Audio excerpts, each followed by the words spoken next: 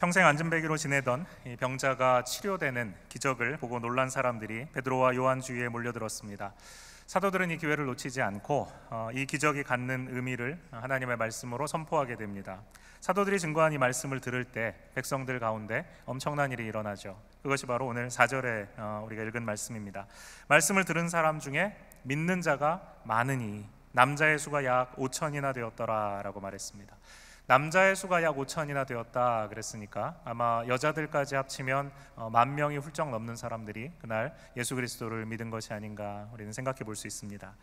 우리가 앞에서 보았던 2장 오순절에 성령이 임하신 후에 그 성령이 임하신 것이 무엇을 의미하는가, 베드로가 일어나서 하나님의 말씀을 전한 그 첫 번째 설교가 기록되어 있습니다. 그 첫 번째 설교를 듣고 나서 약 3,000명이 또 신도가 되었다라고 기록되어 있죠. 그리고 나서 성도들이 함께 모여서 주님의 말씀 가운데 교제하고 또 말씀을 배우고 서로 가르치고 권면하고 떡을 떼고 이렇게 교제할 때 날마다 하나님께서 믿는 자를 더하시는 역사가 일어났죠. 3,000명, 그리고 날마다 믿는 자를 더하고, 그리고 이제 오늘 또다시 얼마 지나지 않아서 5,000명이라는 남자만 5,000명, 10,000명이나 되는 사람들이 교회에 더해지는 일이 일어났습니다. 이렇게 성령이 임한 첫 교회는 폭발적으로 성장하고 있습니다. 교회가 성장할 뿐만 아니라 그 교회를 이루고 있는 우리 성도들 한 사람 한 사람이 주님의 사람으로 주님의 뜻을 찾고 그 말씀대로 순종하는 건강한 제자들로 교회가 성장해 나가는 것을 봅니다. 이렇게 성령이 임하시고 성령이 함께 하시는 교회는 성장합니다. 그런데 이렇게 성장하는 교회를, 그리고 날마다 예수 그리스도를 닮아가고자 하는 제자들을 사탄이 그대로 가만히 놔둘 리가 없죠. 그래서 종교 지도자들을 통해서 교회를 향한 이제 핍박이 시작이 됩니다. 바로 이와 같은 세상과의 충돌이 바로 오늘 우리가 읽은 이 본문입니다. 이제부터 시작해서 이제 초대교회와 그 성도들은 세상이 주는 핍박 가운데 또 고통과 환난 가운데 이제 접어들게 되는 것이죠. 오늘 우리가 읽은 이 본문에서 함께 생각해 보고자 하는 것은 사도들이 바로 이 중풍병자, 걷지 못하던 안진뱅이를 치유했던 바로 그 기적의 역사, 그것을 착한 일이라고 부르는 것에서부터 시작하려고 합니다.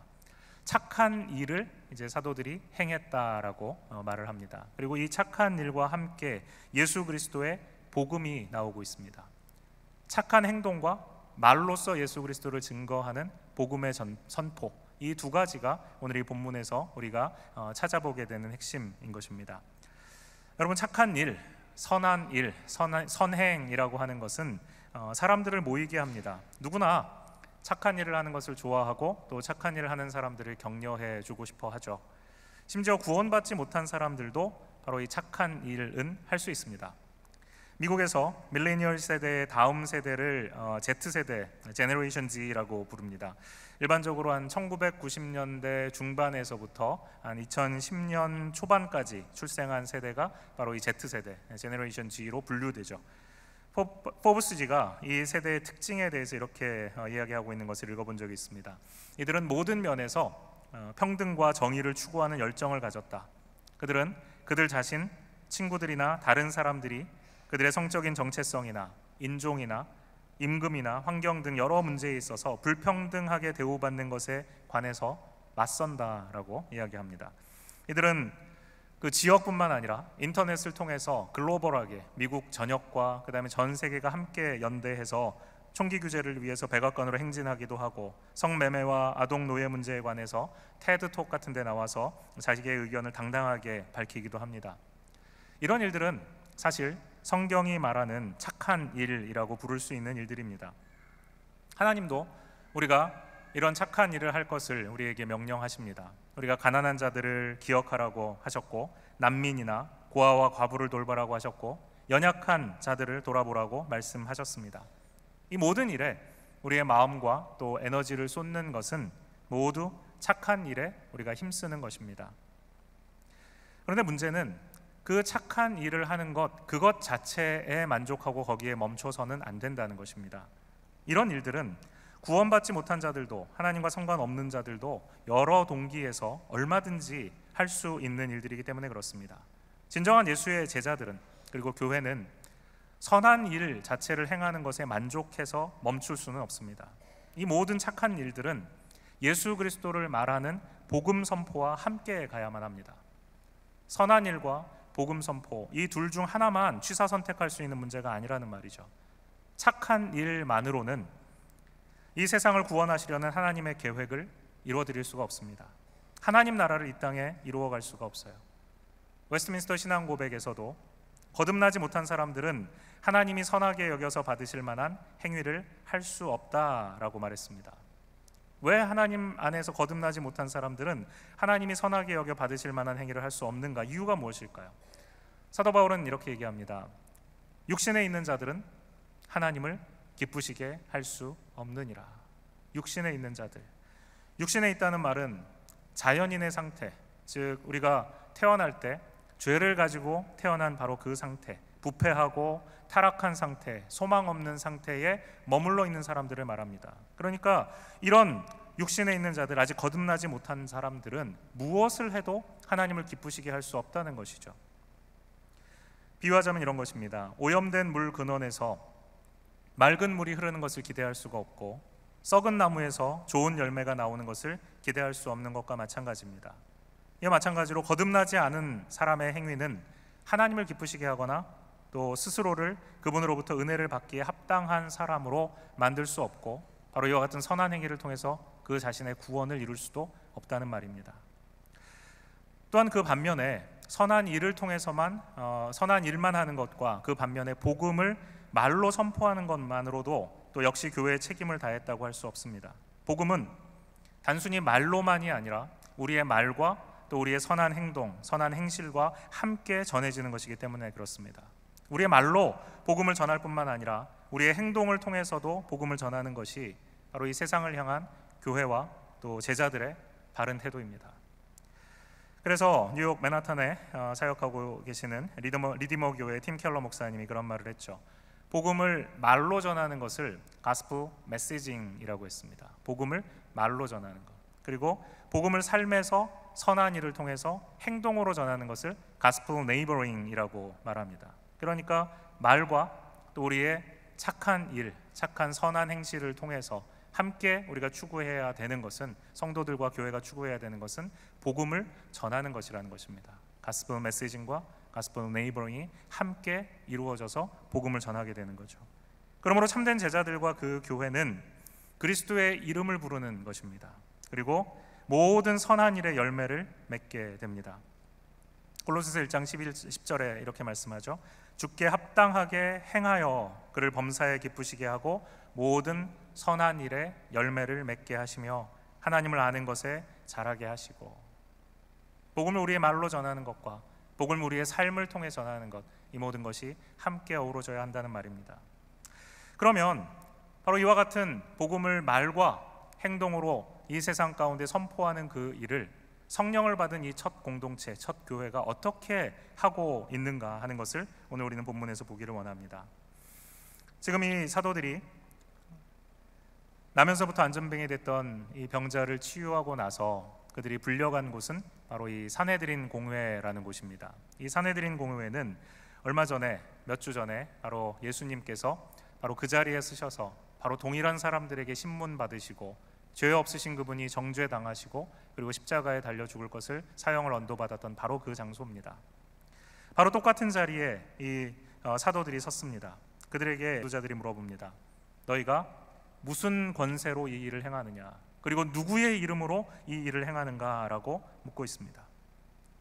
이에 대해서 베드로가 오늘 우리가 읽은 이 본문에 대답하고 있습니다. 자신이 한 이 일은, 나면서부터 안진병이 된 이 장애인을 낫게 한 일은 착한 일이다라고 부릅니다. 너희가, 내가 한, 우리가 한 이 착한 일에 대해서 묻는다면 이라고 말하죠. 착한 일이라고 부릅니다. 그리고 이 착한 일은 무엇으로 이루어졌는가? 그들의 질문에 대답하는 것입니다. 바로 그 종교 지도자들이 십자가에 못 박아 죽였으나 하나님께서 그를 다시 살리신 나사렛 예수 그리스도의 이름과 그 권세로 된 일이다라고 이야기합니다. 여러분, 주의 깊게 이 대화를 한번 생각해 보세요. 종교 지도자들이 지금 주목하는 것은 무엇인가 하면 사도들이 행한 착한 일입니다. 반면에 사도들은 이 착한 일을 보는 것이 아니라 이 착한 일을 행하게 하신 예수 그리스도, 그분을 바라보라고 지금 이야기하고 있는 것이죠. 종교 지도자들이 문제를 삼은 것은 사도들이 착한 일을 행했기 때문이 아닙니다. 아무리 많은 안진뱅이가 일어나고 아무리 많은 저는 자가 걷고 뛰고 눈먼 자가 눈을 뜨고 귀머거리가 듣게 되는 기적이 일어난다고 할지라도 종교 지도자들은 사도들이 행하는 이 착한 일들 때문에 사도들을 신문하는 것이 아닙니다. 그들을 감옥에 거두는 것이 아닙니다. 그들이 행한 착한 일 때문에 심지어 이들을 죽이려고 하는 것도 아닙니다. 문제는 사도들이 이 착한 일을 누구의 권세로, 누구의 이름으로 하고 있는가 하는 것이죠. 사도들은 종교 지도자들에게 분명하게 설명합니다. 당신들이 나에게 물어보는 것, 우리에게 물어보는 것이 바로 이 착한 일이 무슨 권세로 누구의 이름으로 되었는가, 그것을 물었는가. 그렇다면 내가 대답해 주겠다. 너희들은 잘 들어보라.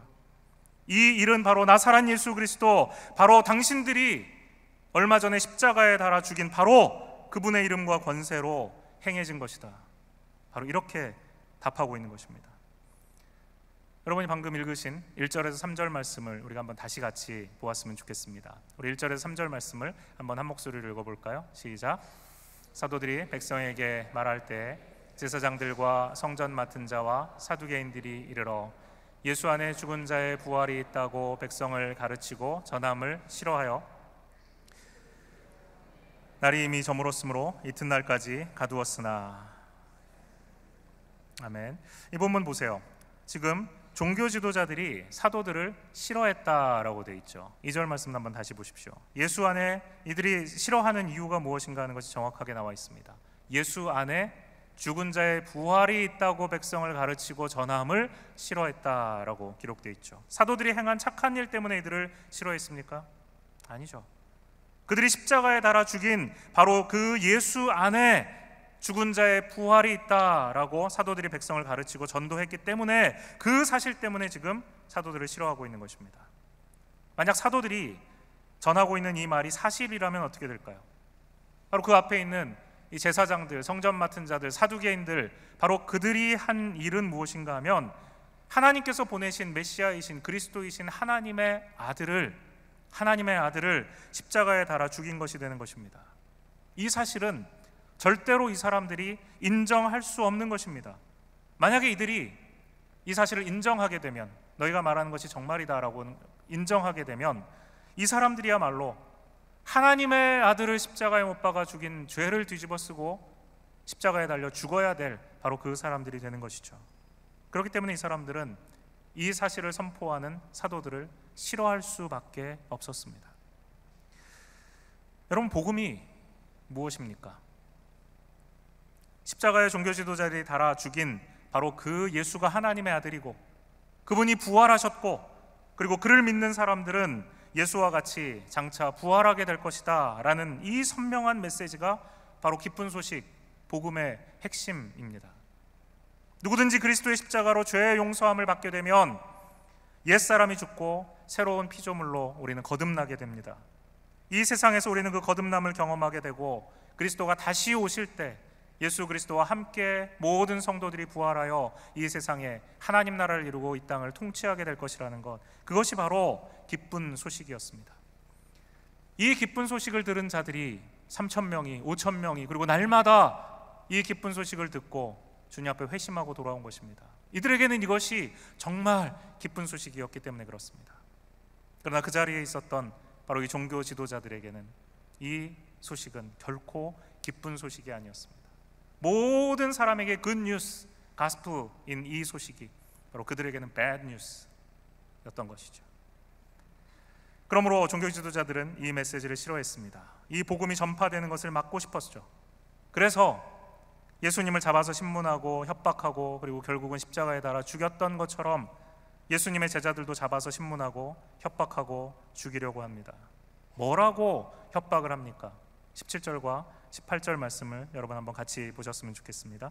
17절에서 18절 말씀 우리 한번 더 같이 읽어보겠습니다. 시작. 이것이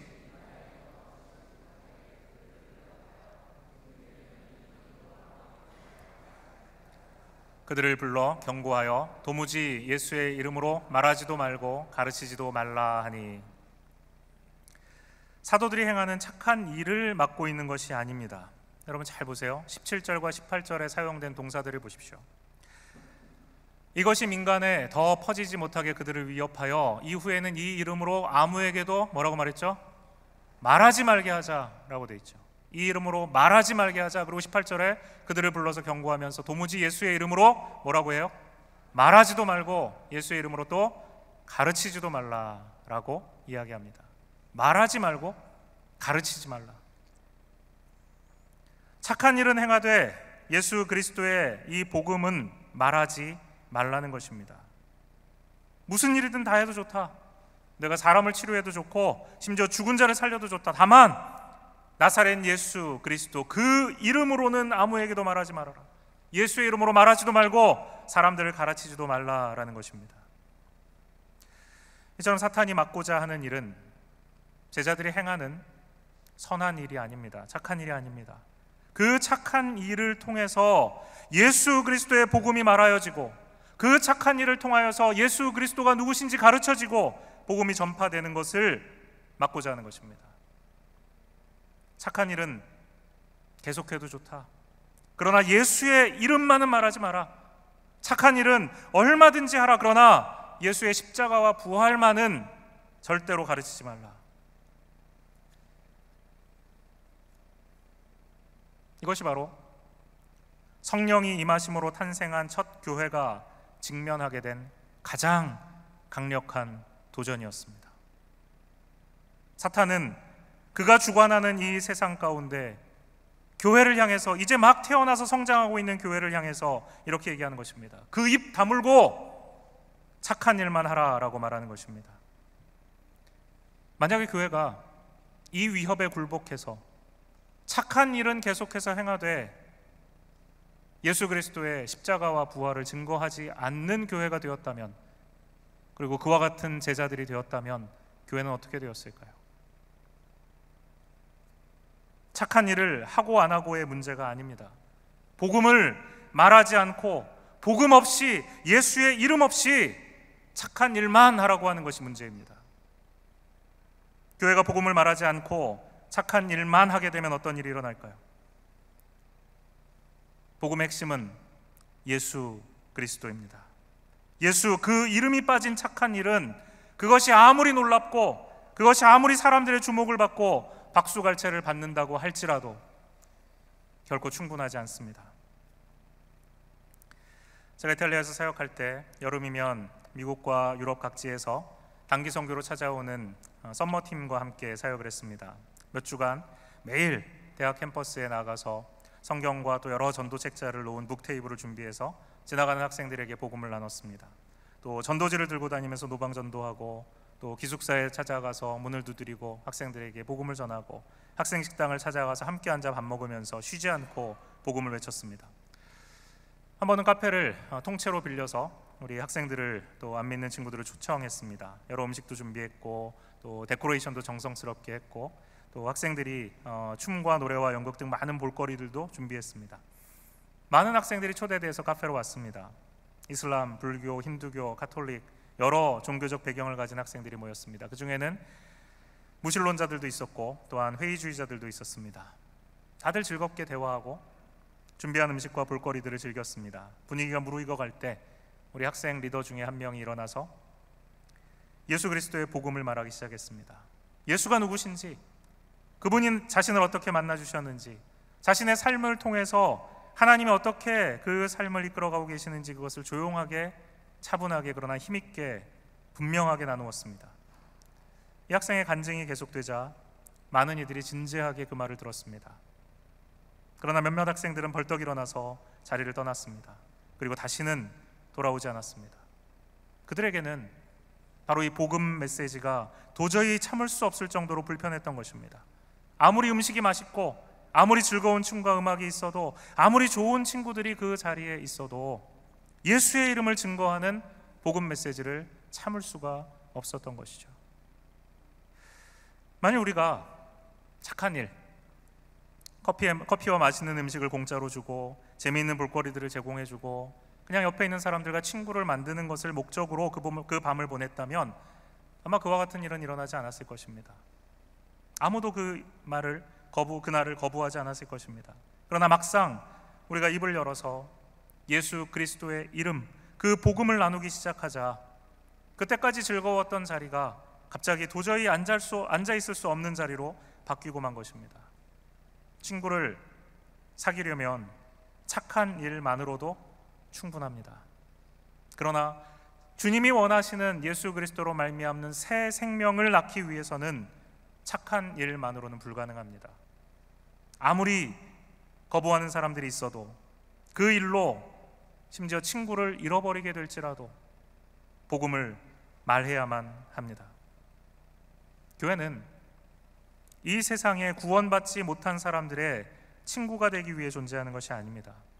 교회는 그들을 구원할 복음을 전파하기 위해서 세움받고 보냄받은 공동체입니다. 착한 일은 그 자체로 충분한 의미가 있습니다. 그러나 그 착한 일이 예수의 이름과 권능으로 행해지고 그 착한 일을 통해서 복음이 선포되어지고 전파되어지기 위한 수단이 되어야만 하는 것입니다. 복음이 선포되면 이 세상엔 어떤 일이 일어나겠습니까? 복음이 선포되어질 때 이 세상에는 분쟁과 다툼이 있다라고 말씀하십니다. 예수님께서 누가복음 12장에서 제자들에게 이렇게 말씀하십니다. 내가 불을 땅에 던지러 왔노라. 내가 불을 땅에 던지러 왔노라. 내가 화평을 주려고 이 땅에 온 줄로 아느냐? 내가 너희에게 이르노니 아니라 도리어 분쟁하게 하려 함이라. 예수 그리스도의 복음은 사람들에게 불을 던지는 것입니다. 그 불이 던져질 때 누가 불이 나에게 던져지는구나 그냥 팔짱 끼고 앉아서 구경만 하겠습니까? 하와이의 용암 폭발에서 용암이 흐르는데 누가 그것을 보면서 그냥 그 자리에 가만히 멈춰 있겠습니까? 내가 불을 땅에 던지러 왔노니 이 불이 이미 붙었으면 내가 무엇을 원하리요? 예수님은 복음의 불을 이 땅에 던지기 위해서 오셨습니다. 그러므로 교회도, 그리고 그 교회를 구성하는 예수 그리스도의 제자들도 예수님의 이 복음의 불을 던지기 위해 이 세상 가운데 보냄받은 것입니다. 베드로의 복음 설교를 듣고 이 복음의 불이 던져졌을 때 남자만 5천이나 되는 10,000명이 넘는 사람들이 구원받고 하나님의 자녀가 되는 일이 일어났습니다. 그러나 똑같은 이 메시지를 같은 자리에서 들은 종교 지도자들은 이 사도들의 입을 틀어막고 더 이상 그 입을 통해서 생명의 복음을 전하지 못하도록 하기 위해서 그들의 입을 틀어막기 원했습니다. 이처럼 불과 같은 복음의 메시지는 나누고 분쟁하고 다투게 합니다. 그러나 동시에 복음이 참되게 선포되어질 때 진정한 새 생명이 탄생합니다. 교회가 세상에 존재하는 이유가 이와 같은 불과 같은 복음을 세상에 던지기 위해서라고 한다면 우리는 그 메시지 앞에 사람들이 두려워하고 당황하고 나뉘는 것을 염려하고 걱정해서는 안 됩니다. 참된 복음을 선포하는 교회와 제자들은 이 세상이 미워하는 것, 그것이 당연하다라고 생각해야 합니다. 진정한 생명이 그 안에 없는 자들은 복음을 원치 않습니다. 그 복음을 전하는 제자들과 주님의 교회를 미워하게 되어 있습니다. 요한복음 15장에서 예수님이 이렇게 말씀하십니다. 세상이 너희를 미워하면 너희보다 먼저 나를 미워한 줄을 알라. 만약에 너희가 세상에 속하였으면 세상이 자기의 것을 사랑할 것이나 너희는 세상에 속한 자가 아니요 도리어 내가 너희를 세상에서 택하였기 때문에 세상이 너희를 미워하느니라. 세상이 너희를 미워하느니라. 예수님께서는 그의 교회와 그 교회를 이루는 제자들이 복음 때문에 세상에 속한 자들이 아니기 때문에 세상에서 미움받을 것이라고 말씀하고 계십니다. 세상이 제자들을 미워하는 이유는 그 제자들이 세상에 속해 있지 않기 때문이다. 만약 우리가 이 세상에 속한 사람들이라면 세상이 그의 자식들인 우리를 미워할 리가 없는 것이죠. 누가 제 새끼를 미워하겠습니까? 세상이 예수를 믿고 우리를 따르는 우리를 미워하는 이유는 단 한 가지입니다. 우리가 이 세상에 속한 자가 아니기 때문입니다. 우리는 예수 그리스도 하나님께 속한 자들입니다. 그러므로 우리는 이 말씀 앞에 우리 자신에게 물어보아야 할 것이 있습니다. 나는 이 세상에 속한 자인가? 아니면 예수님께 속한 자인가? 그것을 어떻게 아는가? 예수님은 세상이 우리를 미워하면 우리가 예수님께 속한 사람임을 알 수 있다고 말씀하셨습니다. 나는 예수님 때문에 세상으로부터 미움받고 있는가? 세상이 나를 미워하고 있는가? 아니면 세상이 나를 마치 자기 새끼인 것처럼 사랑하고 있는가?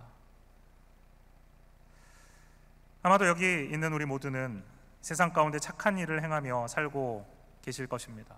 아마 우리 중에 아무도 세상에서 손가락질 받고 조롱받는 사람은 없을 것입니다. 오히려 세상에서 인정받고 존경받고 박수받고 또 주목받는 사람들일 것입니다.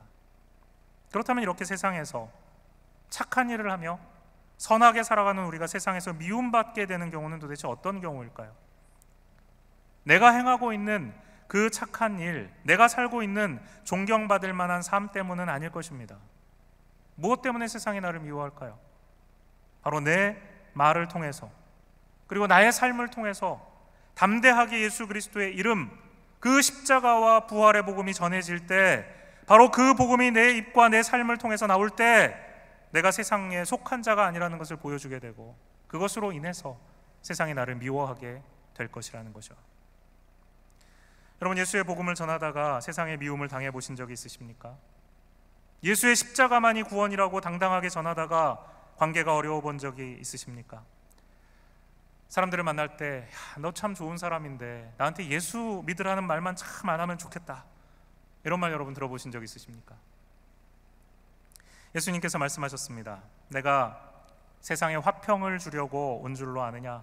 내가 너희에게 이르노니 아니라 도리어 분쟁하게 하려 함이로다. 이후로부터 한 집에 5사람이 있어 분쟁하되 셋이 둘과 또 둘이 셋과 하리니 아버지가 아들과 아들이 아버지와 어머니가 딸과 딸이 어머니와 시어머니가 며느리와 며느리가 시어머니와 분쟁하리라 하시니라. 예수님 말씀하셨습니다. 분쟁을 던져준다는 것이죠. 가장 가까운 가족관계 가운데에서도, 물론 마지막에 시어머니와 며느리와 시어머니는 충분히 이해가 갑니다만 다른 가족들과의 관계에서도 이런 어려움들이 있을 수 있다는 거죠. 무엇 때문입니까? 복음 때문이라는 것입니다. 분쟁과 다툼이 바로 예수 그리스도의 십자가와 부활을 가르치기 때문에 일어날 수 있다는 것입니다. 만일 이 세상을 살아가고 있는 내가 세상 사람들의 존경과 칭찬은 듣고 있지만 복음 때문에 세상의 미움을 받는 일이 없다면 아마도 그 원인은 우리의 입술을 통해서, 우리의 삶을 통해서 사도들과 같이 당당하게 주의 복음을 전하는 일을 우리가 하지 못하고 있기 때문이 아닐까요?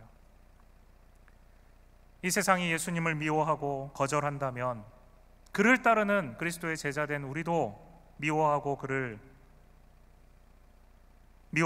전하는 우리도 거절하는 것이 당연할 것입니다. 사도행전을 통해서 우리가 만나고 있는 바로 이 첫 교회, 예수님이 머리 되신 성령 충만한 이 주님의 교회는 이 세상 가운데 그냥 있어도 그만이고 없어도 그만인 그런 공동체가 아니었습니다. 무색무취해 있는지 없는지 알 수 없는 그런 성도들의 모임이 아니었습니다. 그곳에 몇 년째 나와 함께 학교를 다니고 몇 년째 같은 직장에 생활하는데 어느 순간 그 사람이 너 교회 다니는 사람이었어? 라고 놀래는 그런 관계가 아니라는 것입니다. 교회와 그에 속한 제자들은 그들이 보고 들은 예수 그리스도, 그 복음을 담대히 증거하는 전투적인 복음 증거의 공동체였습니다. 세상의 미움을 받더라도, 복음을 말하다가 죽임을 당하게 되더라도 도저히 그 입을 다물 수 없게, 그 입을 열 수밖에 없도록 만든 공동체, 그것이 바로 이 초대교회 공동체였습니다. 18절에서 20절 말씀 여러분 다시 한번 보시죠.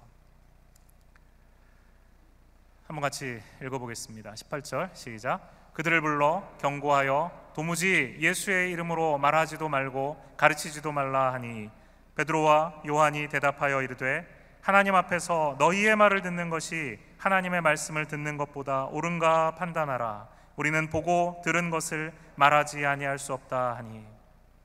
제자들은 예수의 이름으로 말하지도 말고 가르치지도 말라는 종교 지도자들의 말을 전혀 두려워하지 않습니다. 그리고 그 앞에 당당하게 말합니다. 너희의 말을 듣는 것이 하나님의 말씀을 듣는 것보다 더 옳은지 생각해보라. 세상은 예수를 말하지 말라고, 제자들의 입을 틀어막으려고 합니다. 그러나 하나님은 교회의 입을, 성도들의 입을 열어서 그리스도의 복음을 말하고 가르치라고 말씀하십니다. 오히려 그리스도의 이름으로 세상의 입을 틀어막으라고 말하고 계십니다. 우리가 누구의 말을 따라야 할지는 분명합니다. 참된 하나님의 구원받은 자녀라면 우리의 입을 막아서 예수의 이름을 말하지 못하게 하려는 세상의 위협 앞에 우리의 모든 것을 다 걸고라도 계속해서 우리의 말과 우리의 착한 행실을 통해서 복음을 전하고 나누어야 합니다.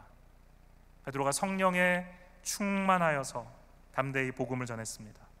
만약 우리가 성령에 충만하다면, 우리 공동체가 성령에 충만한 공동체라면 우리는 복음을 말하고 가르치는 증인이 되는 것입니다.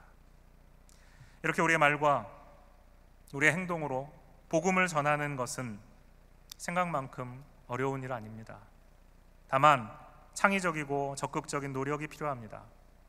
우리가 기도할 때 성령께서 우리에게 구체적인 복음을 증거할 수 있는 아이디어를 주신다고 생각합니다. 제가 어떤 경우가 있을까 생각을 해봤어요. 몇 년 전에 제가 이 소비코라는 회사의 창립자인 권경섭 회장님을 만났습니다. 한국의 음향회사인 이 소비코라는 회사는 연매출이 한 500억 정도 되는 건실한 기업입니다. 이분이 참 좋은 장로님이신데 비즈니스를 통해서 복음을 전하는 일을 계속해서 시도하고 계세요. 다른 많은 일들을 하시는데 그 중에 제가 굉장히 인상 깊었던 일이 하나 있었습니다. 이 회사에서 이제 직원들이 회사에 들어오면 처음부터 권하는 것이 있습니다. 자기 소득의 5%를 가족들에게, 그리고 또 5%를 자기 주변에 있는 사람들에게, 친구들에게 나누라는 것입니다. 직원들이 가족들의 기념일을 회사에 알려줘요. 그러면 총무과에서 그 기념일이 되기 전에 직원들에게 그 가족들의 기념일에 얼마를 보내줄 거냐고 물어봅니다. 총무과가 전화 오는 거예요. 열흘 정도 지나면 진짜로 보냈냐고 회사가 확인을 합니다. 이렇게 하다 보니까 직원들의 인간관계가 굉장히 풍성해졌다고 그래요. 그리고 이 돈, 수입의 5%, 친구들에게 쓴 돈의 절반은 회사가 부담해 줍니다. 내가 얼마 보냈다, 그럼 그 절반은 회사가 이거 주는 거예요. 회사가 그런 의미에서 기독교적인 윤리와 도덕을 가르치는 겁니다. 또 1년에 2번 부모에게 용돈을 드리는데 그것도 회사가 본인의 이름으로 부모에게 송금을 합니다. 추석과 설에 이제 2번 하게 되는데 한 번에 한 10만 원씩을 보낸다고 합니다. 추석 때는 친가에 보내고 설에는 처가에 보내줍니다. 돈은 얼마 안 되는데 직원들뿐만 아니라 그 가족들까지 가슴으로 느끼는 따뜻함이 놀랍다고 하는 거죠. 그래서 직원들한테 이 가족들이 그 회사 절대 떠나지 말라고 얘기할 정도라고 합니다. 10만 원 받으려고 그러는 건지는 잘 모르겠는데 어쨌든 이를 통해서 착한 일, 즉 기독교 윤리와 예수 그리스도의 복음을 함께 전할 수 있도록 직원들을 돕고 있는 것입니다. 우리가 복음을 전한다고 해서 당장 생명의 위협을 받고 이런 일은 아닌 거죠. 그러나 그럼에도 불구하고 그와 같은 마음 자세를 가지고 어떻게 하면 우리가 복음을 우리의 말을 통해서 또 우리의 삶을 통해서 우리의 행동을 통해서 나눌 수 있을까 하는 고민을 하며 하나님 앞에 기도할 때 이런 작은 아이디어들이 모여서 기독교에 대한 부정적인 생각을 바꾸고 또 복음을 나눌 수 있는 기회를 가져다 줄 수 있다고 생각합니다. 여러분, 오늘 말씀을 한번 깊이 생각해 보시면 좋겠습니다. 내 주변에 내가 입을 열어서 복음을 전할 대상이 있는지 기도하며 한번 찾아보았으면 좋겠습니다. 내가 나의 삶을 통해서 예수 그리스도를 소개하고 싶은 사람이 있는지 한번 기도하며 찾아보시면 좋겠습니다.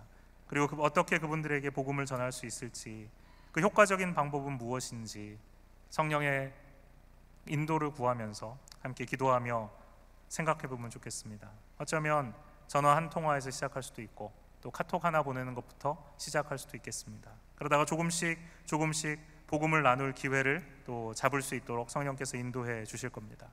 복음을 증거할 수 있도록 기회 주시기를 우리가 함께 기도했으면 좋겠습니다. 우리의 착한 일뿐만 아니라 내 입을 열어서도 담대히 주님의 복음을 증거할 수 있는 성령 충만한 예수의 제자가 되고 또 그와 같은 교회가 될 수 있기를 우리가 함께 기도했으면 좋겠습니다. 우리 한번 같이 기도하겠습니다. 오늘 여러분 마음속에 복음 증거가 우리의 선택이 아니고 주님께서 우리를 택하여 주신 공동체라면, 또 선택하여 주신 주님의 백성이라면 쉼 없이 주님의 복음을 계속 나눠야 된다는 메시지를 들었습니다. 여러분의 마음 가운데 하나님이 떠오르시게 하시는 사람이 있는지 한번 이 시간 기도하시면 좋겠습니다. 누구에게 복음을 나눌까? 누구에게 어떤 방법으로 복음을 나눌 수 있을까? 여러분 잠시 한번 주님의 성령의 인도하심을 구하며 같이 기도하는 시간 갖겠습니다. 함께 기도하겠습니다.